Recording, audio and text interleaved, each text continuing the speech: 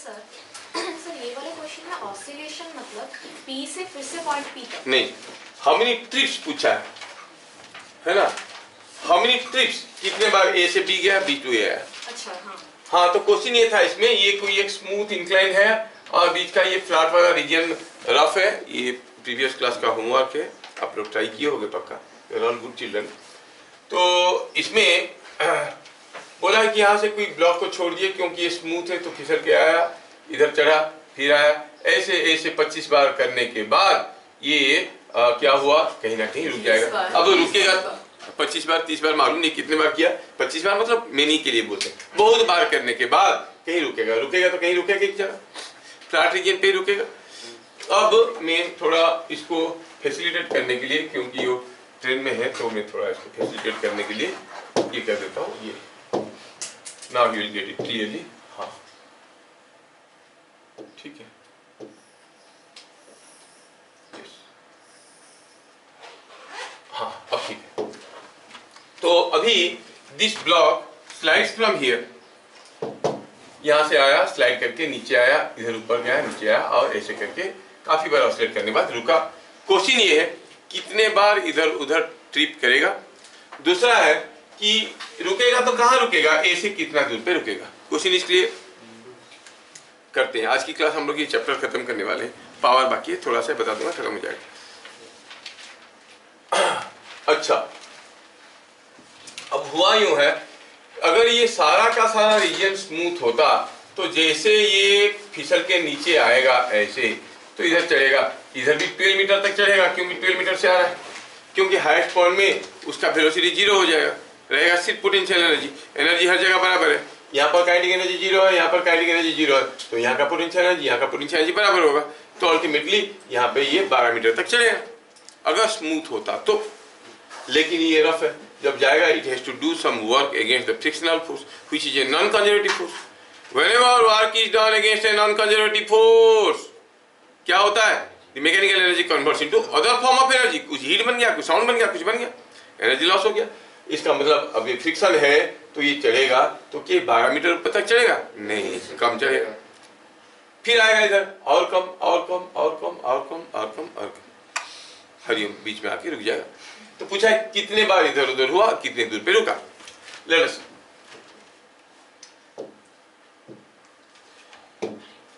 Loss of kinetic energy और loss of mechanical energy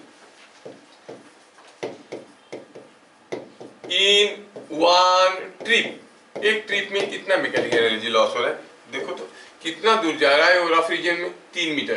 mu क्या है, 0.2। मास तो दिया नहीं है, assume the mass to be m, दिया नहीं है, हम अस्यूम कर लिए, हमारा आंसर में m नहीं रहना चाहिए, तो ये हो गया म्यू mg हो गया frictional force into 3, so it is mu mgs और म्यू का वैल्यू दिया है 0.1 की 0.2 ये 3, so it is coming out to be 0.2 mg और ये 3, तो हो गया 0.6 mg। Let it makes n trips before coming to rest, before coming to rest।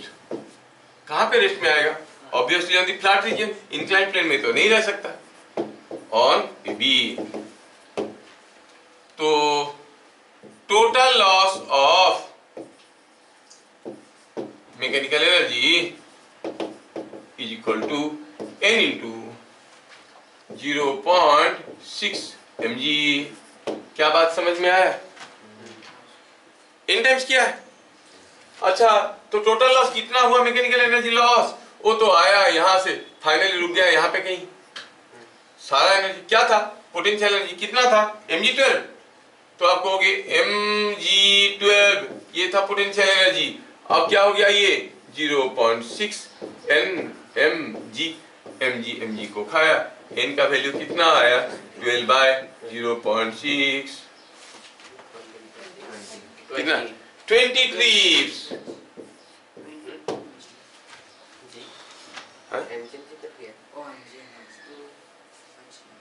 जी से इसको बड़ा प्यार है। जी कहाँ गया? अरे एम जी हमारे यहाँ पर जी को बहुत ज्यादा प्यार करते नहीं, पागले को भी जी बोलते हैं।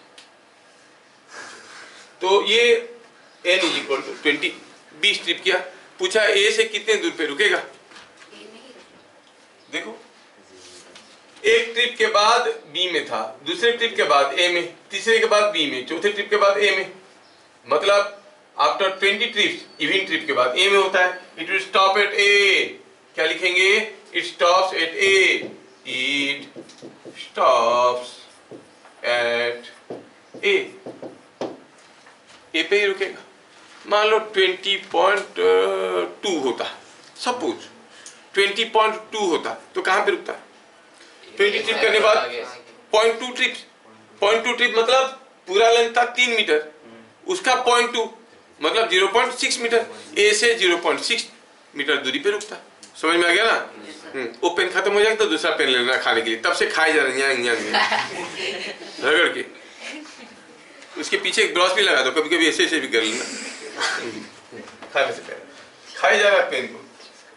Next question, A bullet fired horizontally into a fixed block. ये क्वेश्चन आईआईटी जी में आया था, कोई किया हो तुम में से? कितना आया है sir? L into 1 minus m by capital M। Sir m का m दिया? हाँ दिया नहीं क्या? नहीं sir. Oh I am so sorry, नहीं तो नहीं होगा। हाँ I am so sorry, question गलत है। ए बुलेट, चलो थोड़ा सॉरी मैं क्वेश्चन को, क्योंकि क्लास खत्म हो रहा था मैं जल्दी गलत क्वेश्चन दे दिया, थोड़ा सा वैल्यूज नहीं दिया। A bullet of mass m was horizontally into a block जिसका मास ले लो कैपिटल M। फिर होगा सर, हो जाएगा ना? ओह सो सॉरी, मैं जानता हूँ। एनीवे हो गया। तो क्या दिया है? कोई एक ब्लॉक था जो कि फिक्स्ड था, ये ब्लॉक यहाँ पे फिक्स्ड था। मैंने एक बुलेट को फायर किया जिसका मास स्मॉल m है, कुछ वेलोसिटी में फायर किया, कितने वेलोसिटी में दिया नहीं। अब ये गया, क्योंकि ये जो आपका ब्लॉक फिक्स था तो बुलेट उसके अंदर घुसा और रुक गया। कितना दूर घुसा? It penetrates to a depth L। Block को हम पकड़ के रखे, फायर किए तो L घुस गया। अगर ब्लॉक को हम पकड़ के नहीं रखते इस ब्लॉक को, तो जैसे ही घुसेगा इसको ढकेलते हुए ले जाएगा, लेकिन घुसेगा। If the block were free to move, what would have been the depth of penetration? Question समझ में आया? ब्लॉक को पकड़ के रखे मारे तो L घुसा, ब्लॉक को छोड़ देंगे मारेंगे तो L घुसेगा कि उससे ज्यादा कि उससे कम? कम घुसेगा। कितना घुसेगा पता करना है। समझ में आया? अरे सिंपल सा चीज है भाई। कोई बड़ा सा ब्लॉक रखा है, वुडन ब्लॉक, आप उधर से कोई पकड़ के रखा है, कांटी ठोकने के लिए कांटी रखे, आप एक बार मारे जितना कांटी घुसेगा, दूसरी बार हुआ उधर कोई पकड़ के नहीं रखा है, मारोगे तो उतना घुसेगा क्या? वो भी तो हट जाएगा ना, कम घुसेगा। कितना घुसेगा ये पूछा है। ठीक है, चलिए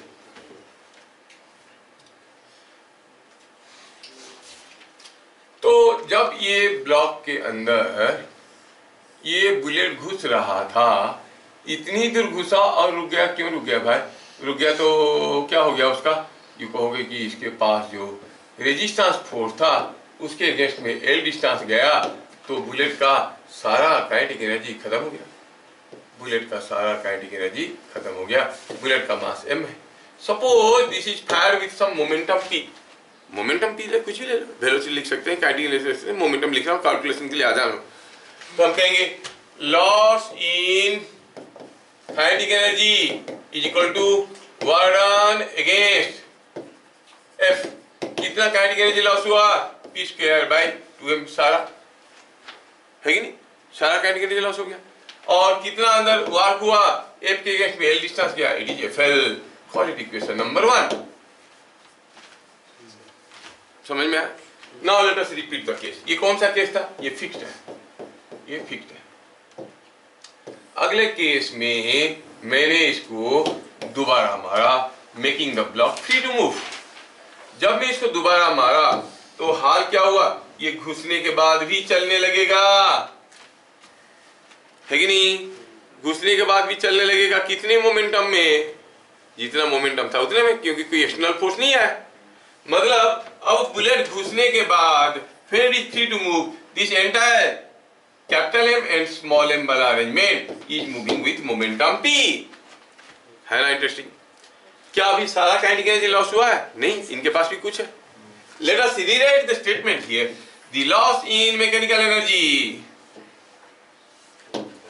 loss in mechanical energy again p square by 2m पहले था, अब कितना है? मोमेंटम तो वही है, ये twice of m plus m that is equal to, अब कितना घुसा है? अब ये l नहीं घुसा है, अब कितना घुसा है? चलो मानते हैं x घुसा, कितना है?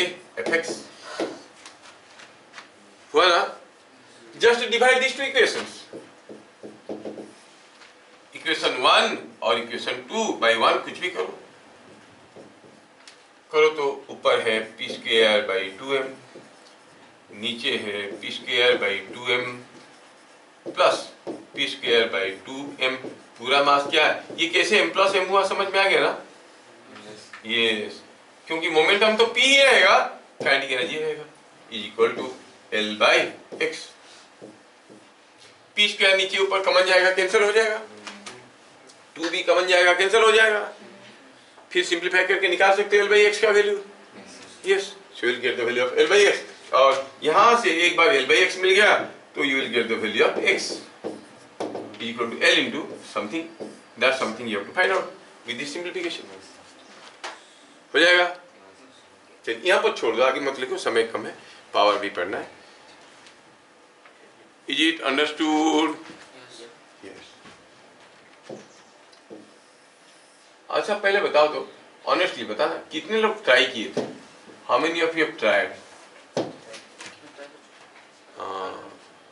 श्रेयस प्रधान ट्राई नहीं किया था, वो ऑप्शन था, वीडियो नहीं देखा था, वीडियो भी नहीं देखा है।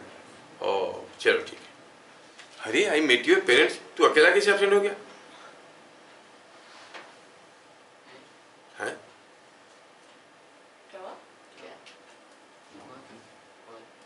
अच्छा ठीक है। उसके पेरेंट्स को मिला मैं, तो बोले कैसे पढ़ रहा है? बोला आँख से पढ़ रहा है, बुक खोल के पढ़ रहा है। अच्छा ठीक है, कोई दूसरा तकलीफ होगा? नहीं नहीं, देखा? चलो ठीक है। अब उतना प्राइवेटली तुम मत देख, उसके अंदर एक्सरे मत करो उसका, कुछ हो स्कूल में होमवर्क नहीं किया होगा, दे दिया होगा, घर में बैठा, इधर बैठने के लिए दर्द कर रहा है, ऐसा होता है ना कभी कभी। टीचर लोग भी तो कहाँ दे देते हैं। चलो ठीक है।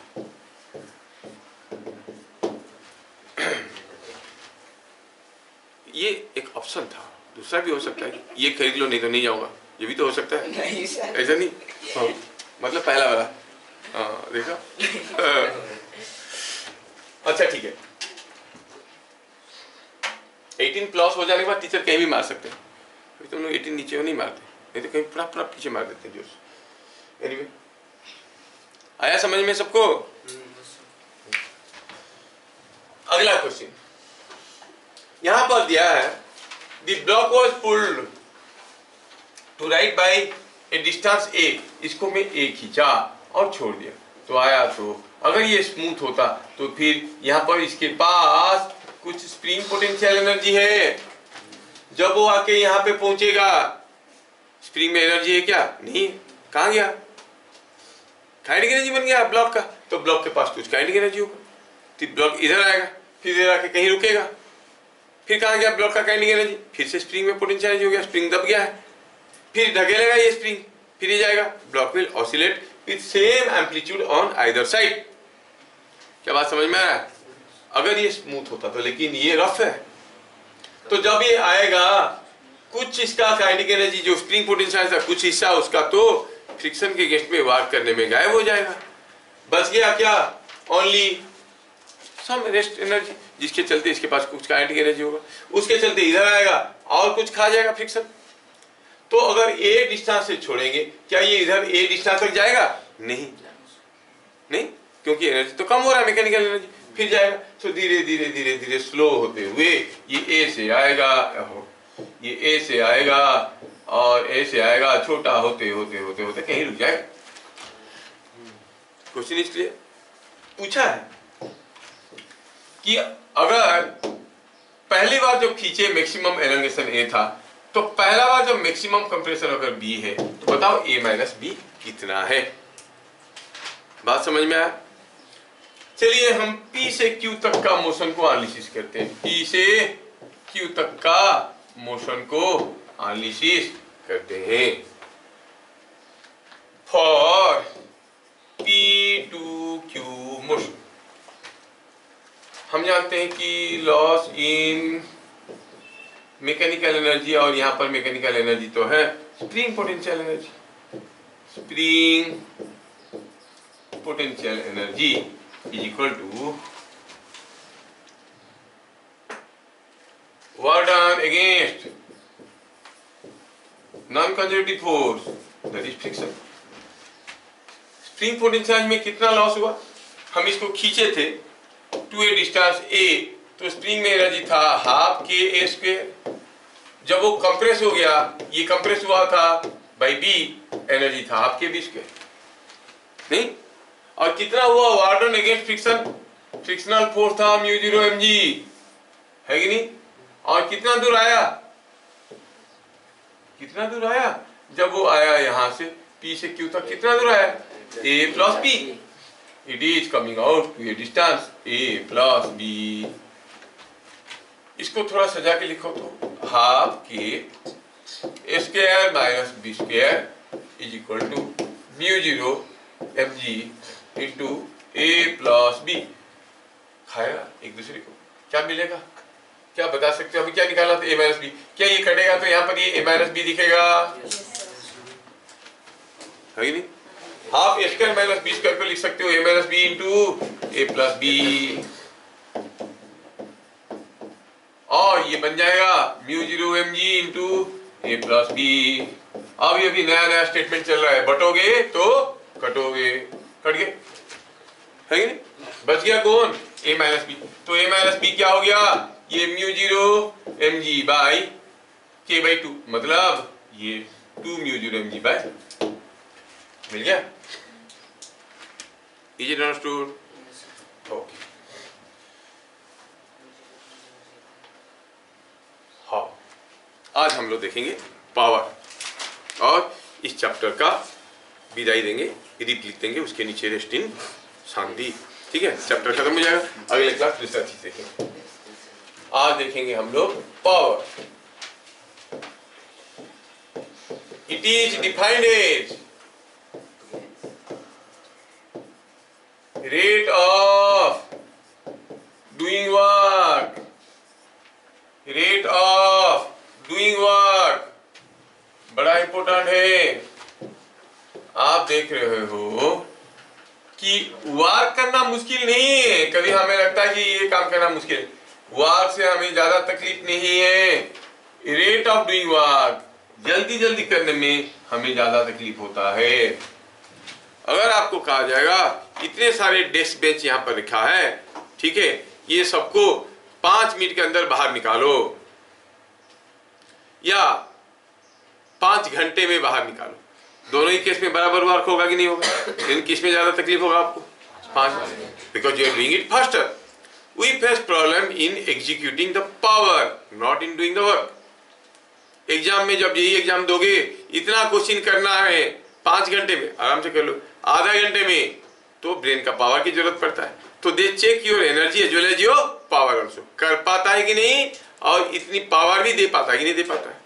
नहीं तो कोई भी आदमी कोई भी काम तो कर सकता है। वो मांझी को सुने हो ना, वो कोई पहाड़ को 18 साल में काट काट के बना दिया, उसको बोलते एक दिन में करो तो नहीं होती, मतलब ही इज हैविंग एनर्जी, लेकिन पावर उतना नहीं है कि एक दिन में कर ले, बहुत बड़ा काम है। तो are you able to feel the difference between work doing and power exerting? Difference क्या समझ में आ रहा है? वर्क क्या करना है, work what ever is the work done, F dot S, वो आप जानते हो। पावर मतलब कितने समय में किया।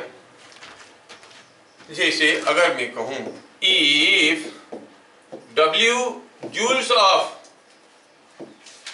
work is done in T seconds, then the average power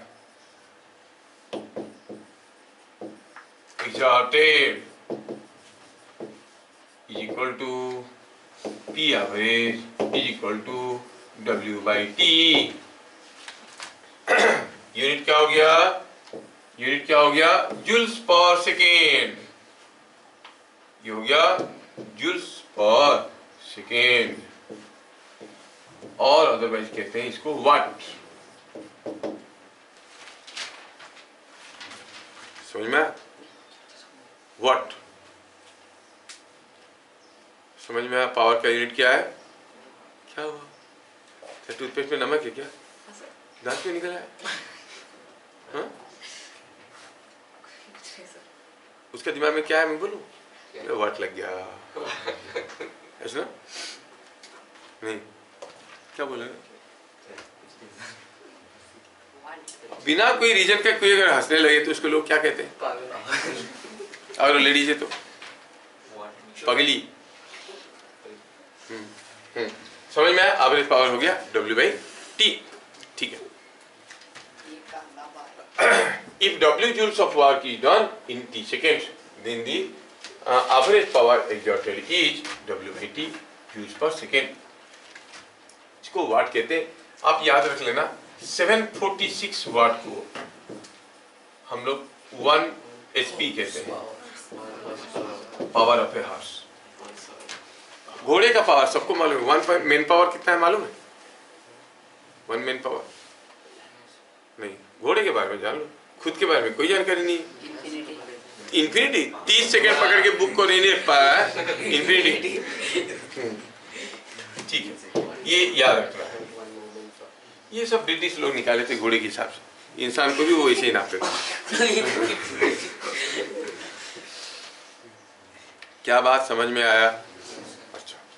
अच्छा बताओ, हमारे पास 2 मोटर है, एक है 10 HP का, दूसरा है 2 HP का। एक है 10 हॉर्स पावर, दूसरा है 2 हॉर्स पावर। कौन सा मोटर ज्यादा काम कर सकता है? Which motor can do more work? फिर से क्यों बोले? समझ में नहीं आया कि मेरा वॉइस सुरीला लग रहा है तेरे को?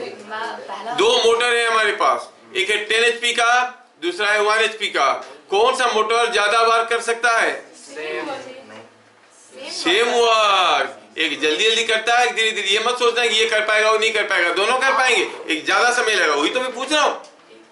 ठीक है, जो 10 HP वाला जल्दी कर देगा, 1 HP वाला देर में करेगा। They can do same work.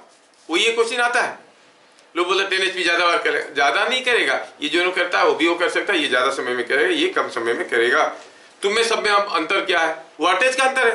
वो जो करता है तुम ही कर सकते हो, 2 मिनट में कर लेता है, तुम 15 मिनट में करते हो। वाटेज की कमी है कि नहीं? उसको आप मैनेज करना है प्रैक्टिस करके। एनीवे, नाउ पॉइंट नंबर 3 में, सपोज कोई आदमी कोई एक ब्लॉक को ढकेलते हुए ले रहा है। ये है वो आदमी, क्या मालूम अपना है कि किसी दूसरे का है। ब्लॉक को ढकेल के लेके भाग रहा है। ये भाग रहा है। ये जो आदमी भाग रहा है ब्लॉक लेके, शुरू में तो जल्दी जल्दी ले लिया, लेकिन कुछ दूर जाने के बाद वो थक गया, फिर वो धीरे धीरे लेने लगा। नहीं क्या पहला 10 मिनट में वो जितना वार किया, अगला 10 मिनट में उतना वार करेगा कि कम वार करेगा? कम वार करेगा। कम वार करेगा, लेकिन सेम टाइम में कम वार कर रहा है, मतलब उसका पावर धीरे धीरे बढ़ रहा है कि घट रहा है? घट रहा है, पावर घट रहा है। अभी कोई पूछेगा उसका पावर कितना है, आप देख रहे हो कि अलग अलग समय में अलग अलग पावर दे रहा है। तो अगर कोई पूछेगा इसका पावर कितना है, बोलोगे, बोलो कब? शुरू में कि 10 मिनट के बाद कि 20 मिनट के बाद, है ना? हो सकता है कि आधा घंटे के बाद तो बैठ गया है, कोई काम नहीं कर रहा, पावर 0 हो गया। तो पावर अलग अलग समय में अलग अलग है। कोई पूछेगा नहीं, ठीक है, आपको बताना है जब 10 मिनट हुआ था और 10 सेकेंड्स के बाद बताओ उसका पावर क्या था। तो आपको करना क्या है? आपको इस आदमी को ऑब्जर्व करना है। t = 10 सेकेंड से t = 10.01 सेकेंड का छोटा सा इंटरवल में, इस छोटे से इंटरवल में अगर ये आदमी ये ब्लॉक को थोड़ा सा ढकेला है, एक छोटा सा वर्क किया है, इतना छोटा सा वर्क कितने समय में किया है? 0.01 सेकेंड में। तो that work done in 0.01 second will represent the rate of doing work, and that is the power at t = 10. That is not average power, that is instantaneous power. क्या बात समझ में आया? तो ये हम लिखना चाहते हैं, instantaneous power, instantaneous power is given by delta W by delta T, where delta W क्या है? Work done in a small interval of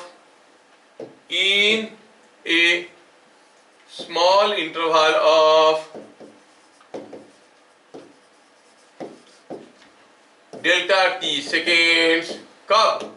close to the instant of concern, close to the instant of concern।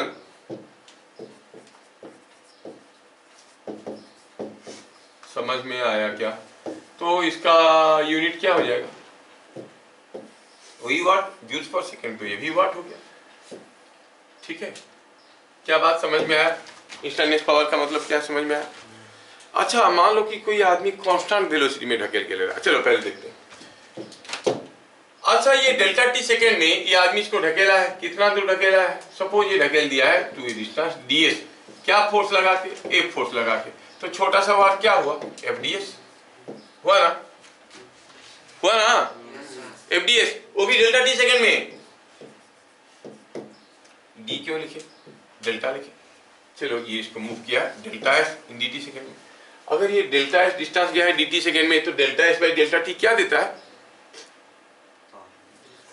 ये move कर गया delta S in delta T seconds. What is delta S by delta T? Instantaneous velocity. समझ में आया क्या? It is f into v। तो v क्या हो गया? Delta S by delta T, जिसको कहते हैं instantaneous velocity. It is instantaneous velocity।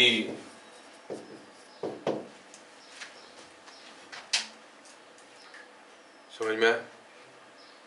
और मान लो कि आदमी ऐसे सीधा पुश कर रहा था तो ये ds गया, है ना? तो वार्डन हो गया FDS। लेकिन मान लो कि कोई आदमी सीधा पुश कर रहा होगा, कोई जरूरी नहीं, मान लो टेढ़ा पुश कर रहा होगा, या फिर ये किसी इंक्लाइन प्लेन पे जा रहा होगा, तो इन जनरल इसको डेल्टा एस कॉस थीटा लिख सकते हैं ना? Warden F delta S cos theta. मान लो कि ये फ्लैट प्लेन नहीं है, कोई हर एंगल प्लेन है, तो ये पुश किया इधर को, ब्लॉक गया इधर को, ऐसा भी तो हो सकता है। तो इन जनरल लिखने के लिए लिखेंगे F delta S cos theta, because generalised formula for delta W क्या है? F delta S cos theta. तो यहाँ पर फार्मूला क्या आ गया? एफ बी एस एफ भी कॉस थीटा, जिसमें थीटा क्या है? Angle between F and V। यहां पर जो हमारा डेल्टा एस था वो क्या था? डिस्प्लेसमेंट। किसका? कौन सा? Point of application. वर्क में F डॉट डेल्टा एस में डेल्टा एस क्या था? Displacement of point of application. तो delta S by delta T जो आया V, वो क्या है? Instantaneous velocity of which point? Point of application of force. समझ में आ रहा है? इंस्टैंटेनियस वेलोसिटी ऑफ, देखो ये जो चीजें है ना, इसको बाइरूटली याद नहीं रखोगे तो गड़बड़ कर लोगे। फॉर्मूला हर जगह मिल जाएगा लेकिन नॉलेज नहीं मिलेगा। Of point of application of force. क्या मैं ठीक से समझा पाया? तो जो हमें समझ में आया, थोड़ा इसको आगे बढ़ाते हैं। अभी हम देखें कि हमारा जो इंस्टैंटेनियस पावर है, it is delta W by delta T, और it is same as F V cos theta. दो फॉर्मूला देखे, है ना? F V cos थीटा, दो फॉर्मूला हम लोग देखे। अच्छा, कोई चीज अगर कांस्टेंट वेलोसिटी में जा रहा होगा तो एवरेज पावर क्या है?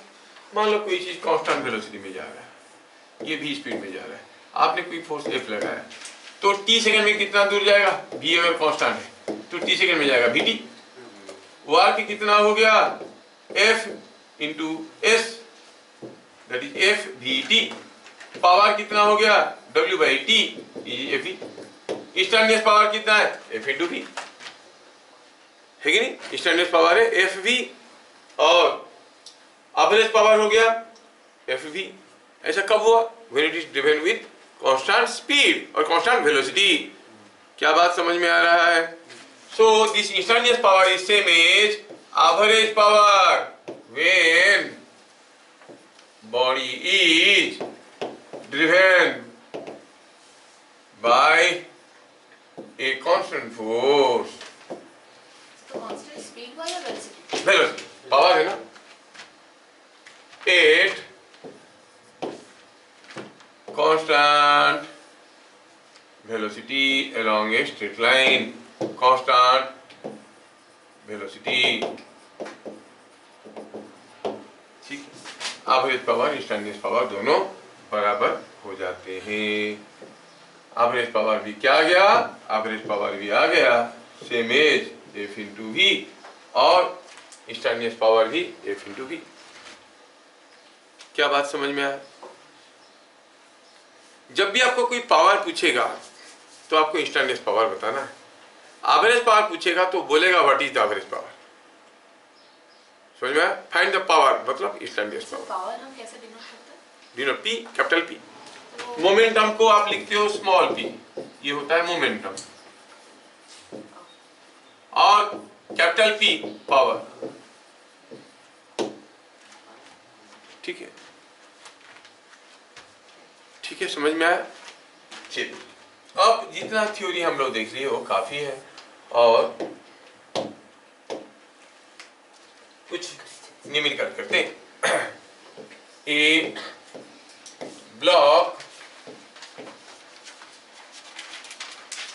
is a block of mass m is sliding on a rough floor, on a rough floor with speed v। Coefficient of friction is mu। Find power exerted on block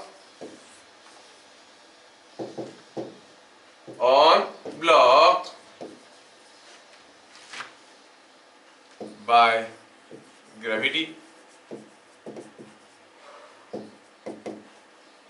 by friction।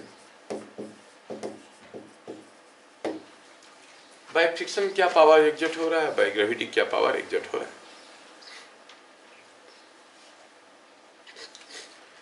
समझ में आया? ये बात है।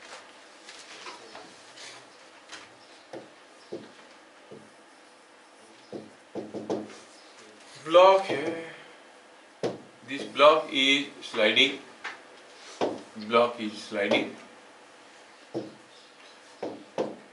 ये block किसी एक floor पे स्लाइड कर रहा है, रॉक फ्लोर पे स्लाइड कर रहा है। दिया है कि इसका वेलोसिटी दिया है v, velocity is given v, और मास दिया है m। ऑब्वियसली उसका वेट mg है, और जो फ्रिक्शनल फोर्स है वो म्यू mg है।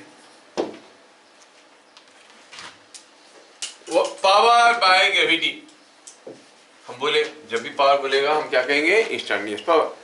ठीक है, पावर बाय ग्रेविटी कितना हो गया? You know gravitational force formula क्या था? फॉर्मूला था Fv cos थीटा। F क्या है? mg, v तो v है। क्या कोई मुझे बताएगा कि व्हाट इज थीटा हियर? 90, क्योंकि mg नीचे है और वेलोसिटी ऐसा है, so it is 0। No power is exerted by gravity. क्या बात समझ में आया? ग्रेविटी कोई पावर नहीं दे रहा है, इसको पावर नहीं दे रहा है मतलब ये इसको चलने में रोकने में कोई मदद नहीं कर रहा है। डायरेक्ट मदद नहीं कर रहा है, ठीक है। इन टर्म्स ऑफ फ्रिक्शन कर रहा है, अलग बात है। पावर बाय फ्रिक्शन, तो फ्रिक्शनल फोर्स कितना, फॉर्मूला है बी कॉस थीटा, ये है mu M G v into cos, क्या एंगल है, what is the angle between mu M G and v, 180 degree equal to cos 180 which is minus mu mgv। तो power by friction कहेंगे कि opposed bye friction कहेंगे, लिखा रहता है ना वो, ये फलाना म्यूजिक कंसर्ट है, पावर्ड बाय दिस, कुछ लोग अपोज भी कर रहे होंगे, बाहर लाठी लगे अपोज्ड बाय दिस, रहता ही नहीं रहता, और साइड में कोई बाहर से लेके सपोर्ट करता है, को पावर्ड बाय, ऐसे लिखते ही नहीं लिखते। तो यहाँ पर क्या कहेंगे, power against power exerted against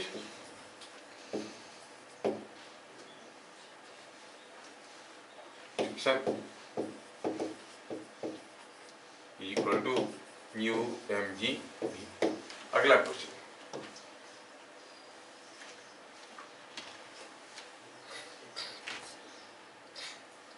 a block of mass m was pushed from rest on a smooth floor। a block of mass m क्या करना है, a block of mass m को भगा, a block was pushed from rest on a smooth floor,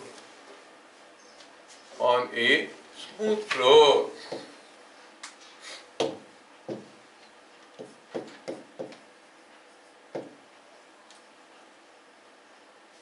After some time,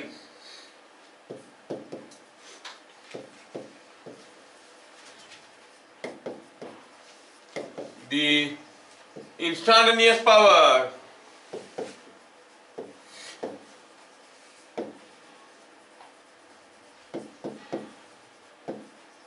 is P0, समझ में आया? What is the power exerted on the block? ठीक है, ऐसा कह सकते हैं, instantaneous power exerted force from rest on a smooth floor with a constant force लिखना चाहिए था, थोड़ा सा गड़बड़ हो जाएगा, नहीं तो सब कुछ गड़बड़ हो जाएगा। एक minute, with constant force, a block was pushed from rest on a smooth floor with constant force, ठीक है।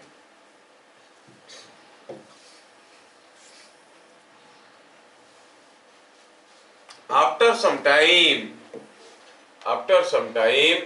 the instantaneous power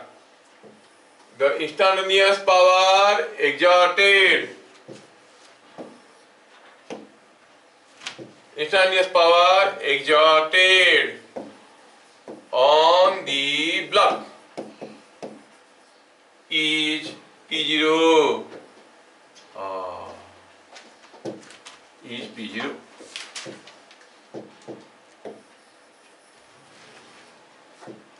Find the average power in this interval।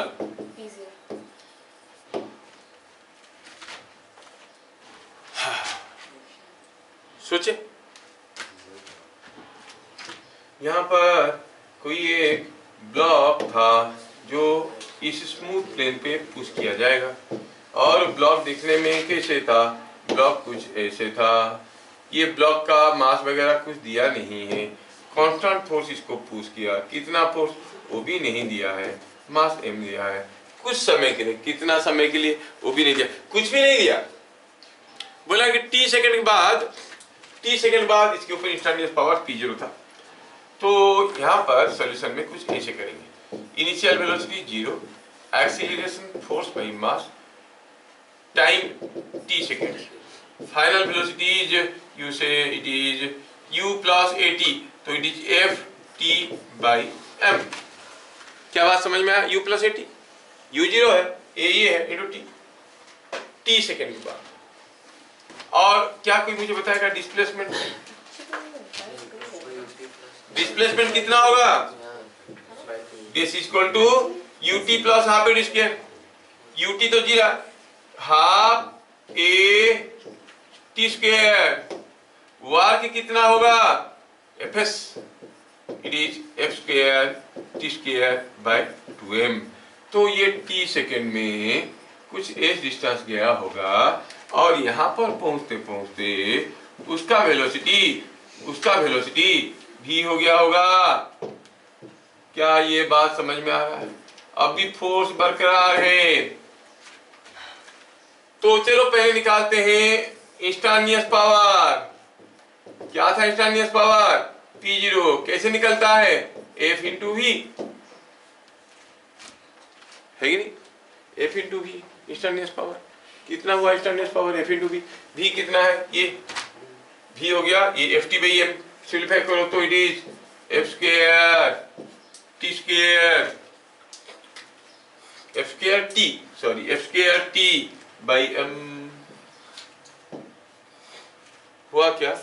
ये हुआ इंस्टेंटेनियस पावर है कि नहीं, जिसका वैल्यू दिया है P0। तो समझ में आ रहा है कि नहीं आ रहा है? आ रहा है ना? सब बस दुखी क्यों लग रहे हैं? श्रेयस के साथ जो हुआ सबके साथ वही हुआ है। सर हम एवरेज वेलोसिटी नहीं निकाल सकते। एवरेज वेलोसिटी क्यों निकालेगा? Average power is equal to force into average velocity बोले थे क्या? बदलता है, यूनिफॉर्म एक्सेलरेशन के लिए सोच रहे हो, स्ट्रेट लाइन के लिए सोच रहे हो, अलग अलग केस आ जाएंगे, है ना? इंस्टेंटेनियस पावर हो गया फोर्स इनटू वेलोसिटी, फोर्स और वेलोसिटी सेम डायरेक्शन में थे। कैसे पता चला सर सेम डायरेक्शन में थे? बोला तो नहीं, बोला था क्या? नहीं बोला था। अरे कोई बॉडी रेस्ट में है, उसके ऊपर फोर्स दोगे तो किधर को चलेगा? In the direction of force, obviously theta is 0। हाँ तो ये हो गया। पूछा है average power, it is work done by time. Work कितना हुआ? ये बाय टाइम करेंगे तो मिलेगा क्या? It is half F square T by M. क्या ये चीज P0/2 नहीं है? इंस्टेंटेनियस पावर अगर P0 हुआ तो एवरेज पावर होगा P0/2। सर पर यहाँ पर तो मोशन अलोंग स्ट्रेट लाइन भी है और हाँ यूनिफॉर्म एक्सेलरेशन भी है, तो करने से हो जाएगा बात। समझ में आया? Is it understood? अगला question.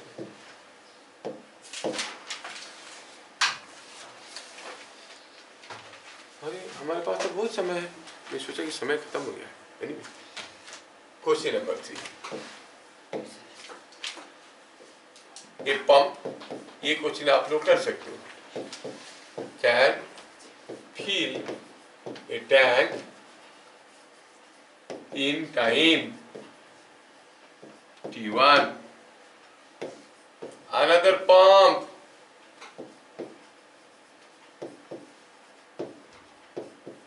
can fill in time t2 if both operate simultaneously.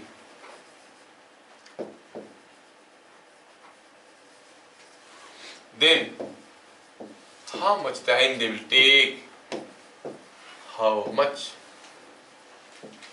time is required to fill the tank? क्या लिनेशा ठीक ठाक लिख रही है? Very good.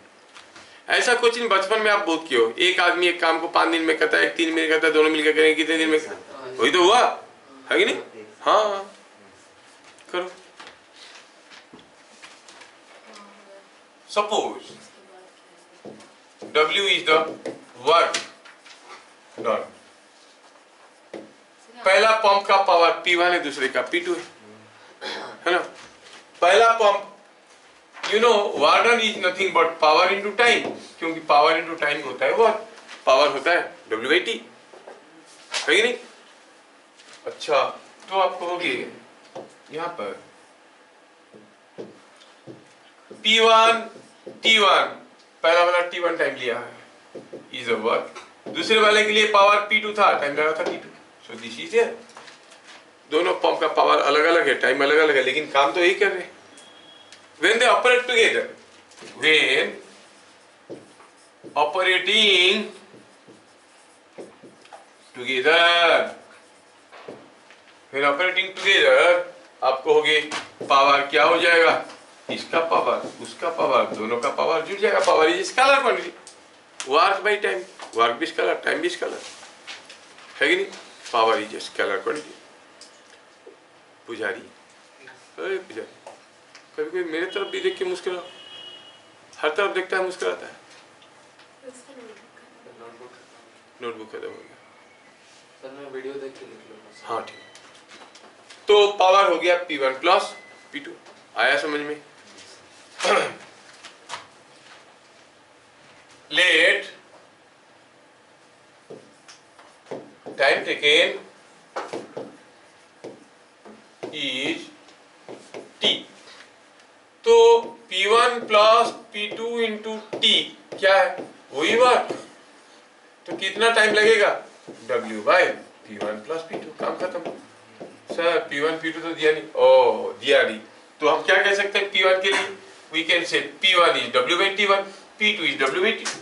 Yes, now you simplify, you find it is W divided by W by T1 plus W by T2। Simplify करो तो ये हो जाएगा T1 T2 by T1 plus, समझ में आया? तो अरिथमेटिक में किया, तुम लोग इसको रट के फॉर्मूला याद रखो, ये 1 by T1 करेगा, ये उतना इतना करेगा, ऐसे करके। हाँ रीजन भी तो है, वही तो कि पावर का मतलब क्या है, तुम जो अरिथमेटिकली लिखे हो उसका लिटरली मीनिंग देखो क्या है, क्या लिखे हो, work done in unit time, वही तो पावर है कि नहीं? जो तुम लोगों को मैथमेटिक्स के रूप में धो दिया गया था दिमाग में, वो सारे फिजिक्स है। मैथमेटिक्स का ऐसे ही कोई यूटिलिटी नहीं है। साइंस का थीटा प्लस कॉस का थीटा इसको 1 जान के क्या मिलेगा, पेट भरेगा नहीं, कहीं काम में लगेगा तो पेट भरेगा। काम में कहाँ लगेगा, इन द टेक्निकल वर्ल्ड। इसलिए तो बताया गया है, टेबल इतना रटे थे क्यों, जिसको सारा टेबल आता है डेली की जिंदगी भर खाना मिलेगा नहीं, काम में लगाएगा। तो मैथमेटिक्स तो सपोर्ट करने के लिए बाकी साइंस को, है ना, चाहे वो एरिथमेटिक हो या मेंटल मैथमेटिक। अगला क्वेश्चन थोड़ा देखते हैं।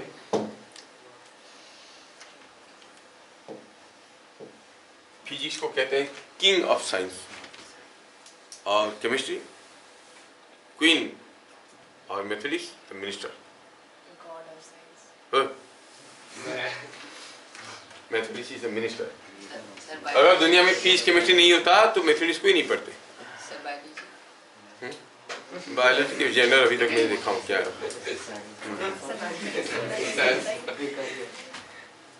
जैसे ये मेरा कान, मेरा नाक, मेरा आँख, तीनों में से कौन ज्यादा पावरफुल है?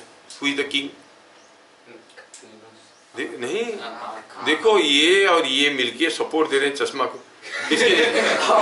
Both of them are working for my respect, है कि नहीं?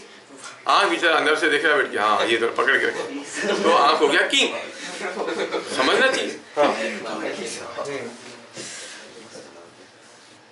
अगर कान कट जाएगा या फिर नाक कट जाएगा तो फिर खुश। A pump delivers water at a height 10 meter with speed 5 meter per second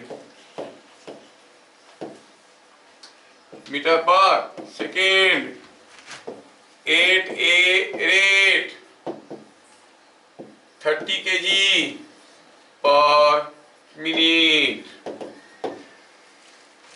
10 metre height पे 5 मीटर पर सेकेंड में पानी पहुंचा रहा है, 1 मिनट में 30 KG. Find power of pump.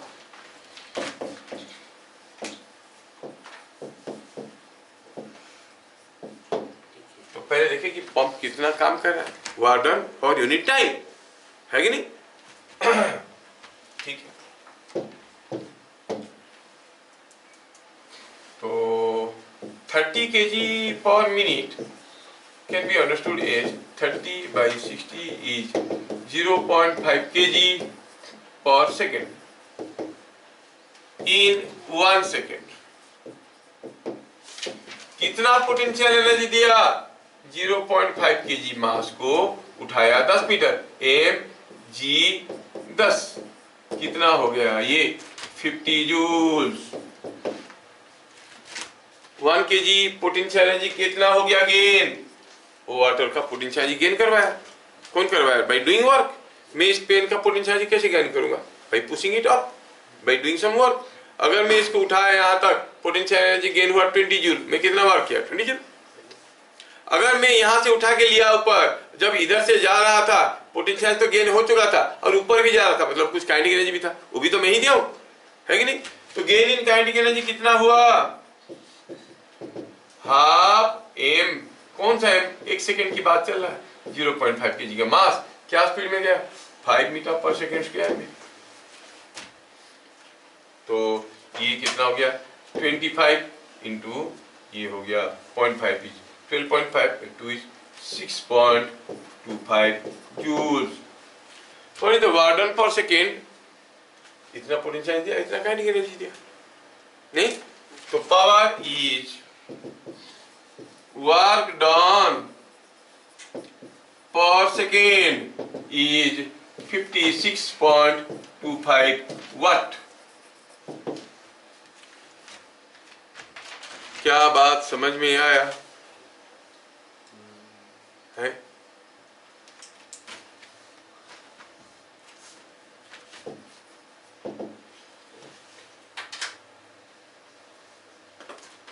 ये कोई एक इंक्लाइन प्लेन है,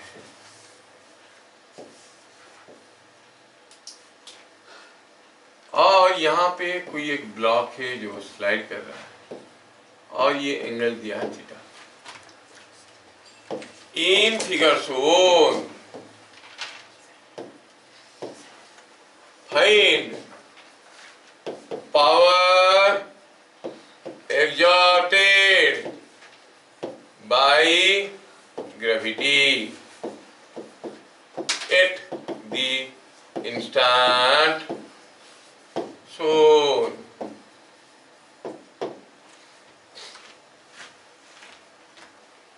ये ब्लॉक नीचे आ रहा है v वेलोसिटी में, मास m है। What is the power exerted by gravity at the instant? मतलब you are asked to calculate the instantaneous power.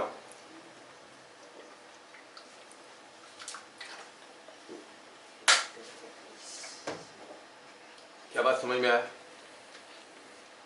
कितना होगा? अरे ग्रेविटी कैसा है? ऐसा है, नहीं? तो पावर का क्या फॉर्मूला था इंस्टेंटेनियस पावर का? एफ भी कॉस थीटा। एफ क्या है? mg। भी तो दिया है, और कॉस थीटा की जगह क्या लिखेंगे? एफ और भी के बीच में जो एंगल है, is it not 90 minus theta? आपको मालूम है कि इट इज mg भी साइन थीटा। क्या बात समझ में आ रहा है?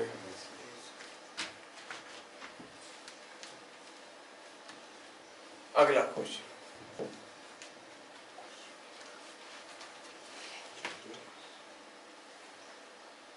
a man of mass 60 kg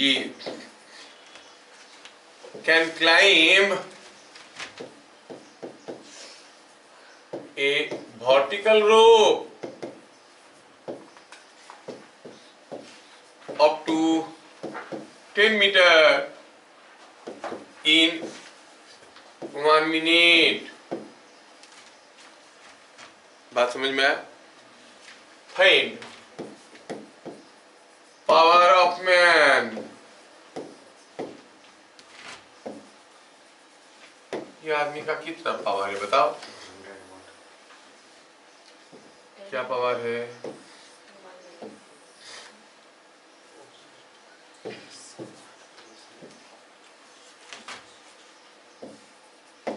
sixty KG का आदमी है, रस्सी पकड़ के चढ़ गया कितना? 10 मीटर नहीं, 60 केजी का। तो गेन इन पोटेंशियल एनर्जी जो हुआ है is equal to mgh। 60 KG का आदमी था, 10 मीटर चढ़ गया, so it is coming out to be 6000 joules. ये gain in potential is equal to work done by man in 1 minute. तो पावर क्या है? It is work by time. 6000 divided by 60 seconds, 100 watt. समझ में आया? अब मैं कुछ क्वेश्चन आपको दूंगा करने के लिए।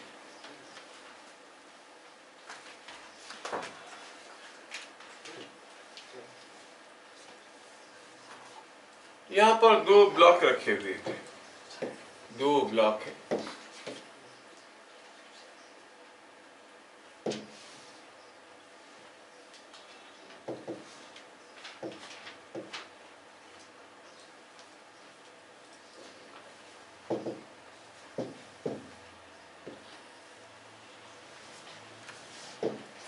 ये दोनों ब्लॉक एक दूसरे के साथ जुड़े हुए हैं। ये कोई एक रॉक प्लेन है, कुछ रॉक प्लेन है, ठीक है। ये रॉक प्लेन है और इधर कोई एक फोर्स खींच रहा है विद वेलोसिटी v में। दोनों सिमिलर ब्लॉक है। ए फोर्स और ए मैन फोर्स को भगाते हैं, फोर्स को भगाते हैं, इंसान को लगाते हैं या फिर घोड़ा। ये हो गया मैन जो खींच रहा है, ठीक है। अरे और थोड़ा चढ़ लेगा। ये आदमी ऐसा, ये खींच रहा है, ठीक है। दिस मैन थोड़ा गंदा दिख गया, नहीं ये आदमी अच्छा आदमी है, आप इसको जानते नहीं। You don't know this man, he is a good person. मैं जानता हूँ उसको पर्सनली, जब भी मैं बुलाता हूँ आता है बोर्ड पे। हाँ, ये आदमी यहाँ पर खड़ा है, छोटा है, ऐसा है, ऐसा है, ऐसा है। ये क्या कर रहा है? इसको खींच रहा है। This man is pulling this.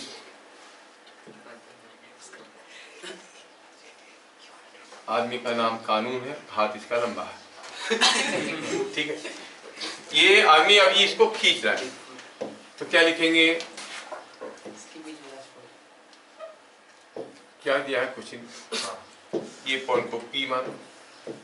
P क्यों देंगे? P देने से कंफ्यूज होता है लोग। ये पॉइंट को कुछ भी कह दो, C दे दो। A man pulls the blocks at constant velocity.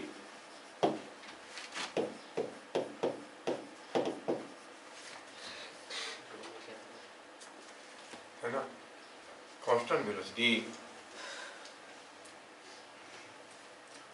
A man pulls the blocks at constant velocity v delivering a constant power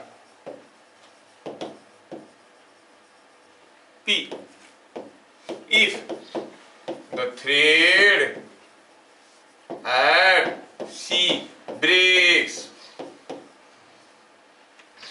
thread at C breaks, thread टूट गया,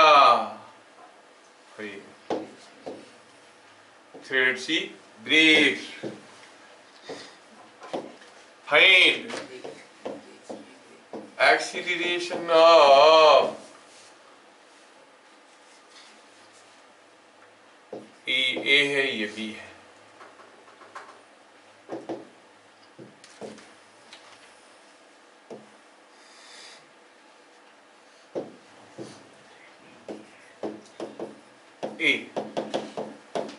क्वेश्चन समझ में आया क्या? हाँ? ये रॉक प्लेन है, ये एक रॉक प्लेन है.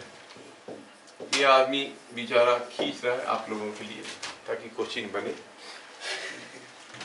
कांस्टेंट वेलोसिटी में खींच रहा है और पावर भी कांस्टेंट है. दोनों ब्लॉक के नीचे कुछ कुछ फ्रिक्शनल फोर्स तो होगा ही, इसके नीचे भी कुछ फ्रिक्शनल फोर्स है और इसके नीचे भी वही होगा. दोनों का ब्लॉक का साइज बराबर है, म्यू बराबर है. तो आप कहोगे कि यहाँ पर फ्रिक्शनल फोर्स एफ है, ये एफ है. वो कांस्टेंट वेलोसिटी में खींच रहा है. क्या बता सकते हो कितना फोर्स में खींच रहा हो? For constant velocity F should be equal to twice of F. Net force तो जीरो होना है ना, एक्सीलरेशन जीरो होना चाहिए कांस्टेंट वेलोसिटी के लिए. एक्सीलरेशन अगर जीरो हो गया तो आप कहोगे नेट फोर्स जीरो होना चाहिए. मतलब जो फोर्स में वो लड़का खींच रहा है that force must be equal to double of the frictional force. तो जो P0 दिया है वो क्या है? It is F into V, क्योंकि V में खींच रहा है. So that is equal to 2FF into V. तो यहां से क्या मिल गया? Frictional force. It is P0 by 2V. हो गया? अच्छा, P0 बाई 2V. अब थ्रेड टूट गया, लेकिन वो तो उतने ही फोर्स दे रहा है नहीं. तो ब्लॉक क्या होगा? जैसे थ्रेड टूटेगा क्या ये कांस्टेंट वेलोसिटी में जाएगा? ये आदमी तो धूम करके गिरेगा पीछे, क्योंकि ये एक्सीलरेट कर जाएगा. पूछा है acceleration. So after the thread breaks, after thread breaks, तो नेट फोर्स क्या है? आदमी तो खींच रहा है क्या फोर्स में? 2FF में, और फ्रिक्शनल फोर्स रह गया FF. Is it not FF? क्योंकि जो ब्लॉक रह गया है ये फोर्स रहा, ये थ्रेड टूट गया, टेंशन जीरो हो गया. ये फोर्स 2FF है, इधर को 2FF, इधर को FF. तो क्या कहोगे आप? आफ्टर दिस ब्रेक्स आप कहोगे ये खींचने वाली फोर्स है 2F, रोकने वाली फोर्स है F, है ना. तो एक्सीलरेशन क्या हो जाएगा? Frictional force by mass.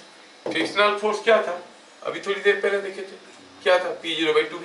So this P0 by 2mV. क्या बात समझ में आया? हाँ,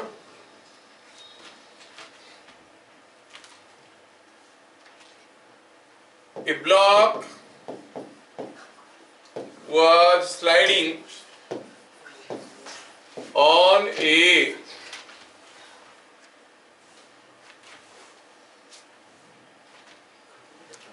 floor with momentum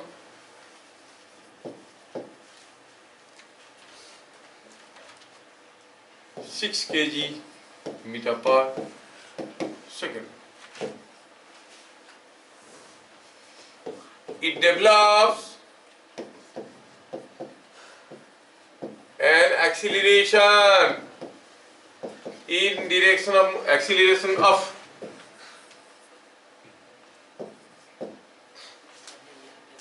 meter per second square in direction of motion.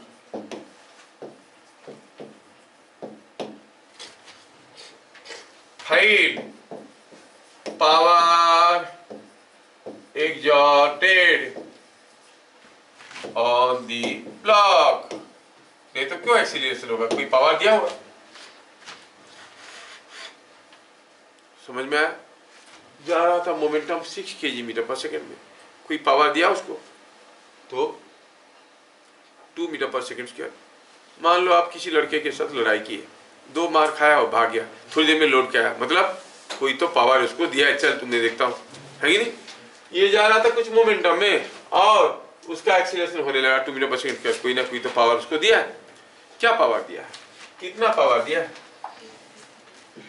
हम जानते हैं कि जो पावर है वो फोर्स इंटू वेलोसिटी है कि नहीं, कॉस थीटा, ऐसा होता है। अब ये फोर्स है मास इंटू एक्सीलरेशन, वेलोसिटी है velocity, but that is m this into cos theta. But what is m into v? Momentum is not its same as acceleration into momentum into cos theta।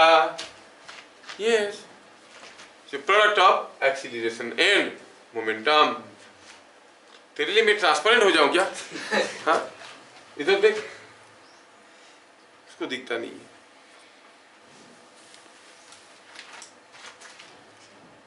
समझ में आया? तो यहां पर दिया है आपका एक्सीलरेशन कितना, 2 मीटर/s², momentum 6, in the direction of motion, मतलब cos 0 is not it 12 watt. कितना सिंपल है कि नहीं, कितना सिंपल है।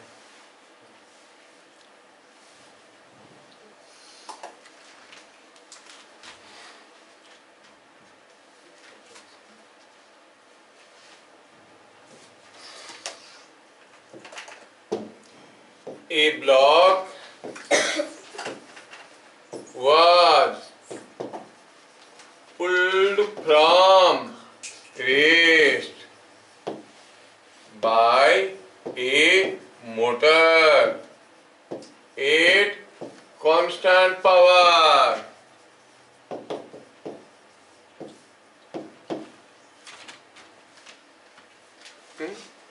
ठीक है, constant power, the displacement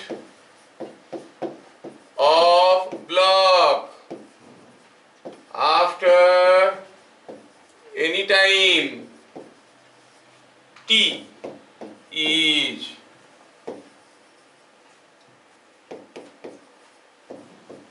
given by s proportional to t to the power n। Find n।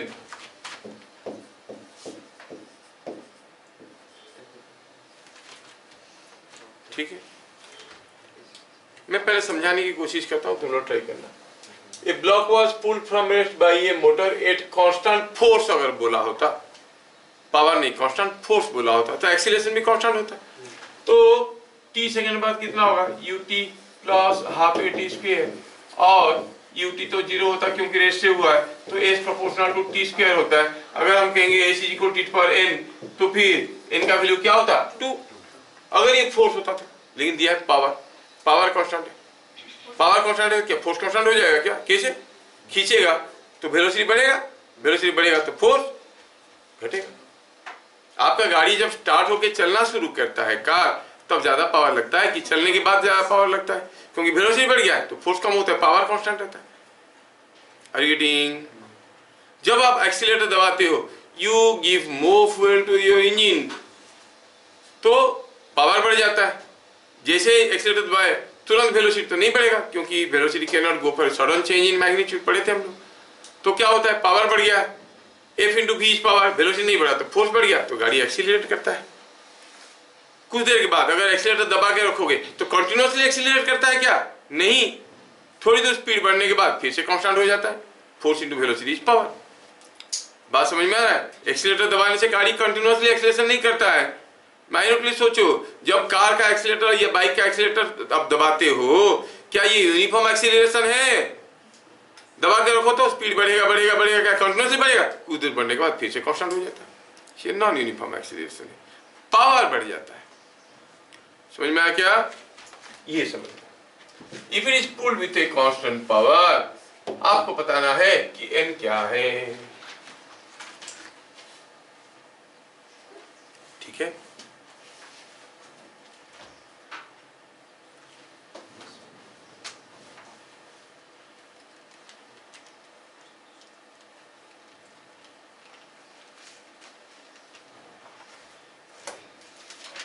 सोचो। अभी तुम लोगों का क्लास है यस सर। तो ठीक है, यहाँ पर हम चैप्टर को खत्म करें। करने के लिए तो बहुत सारे क्वेश्चन है, अभी बुक में मिल जाएगा वर्क एनर्जी पावर, मैं भेज दूंगा वर्क एनर्जी पावर में क्या करना है, करो उसको। एंड नेक्स्ट वी शैल सी ठंडा ठंडा cool cool fluids, pressure fluid, है ना, वो सब चीजें। फिर मिलेंगे अगले क्लास, तब तक के लिए जय हिंद।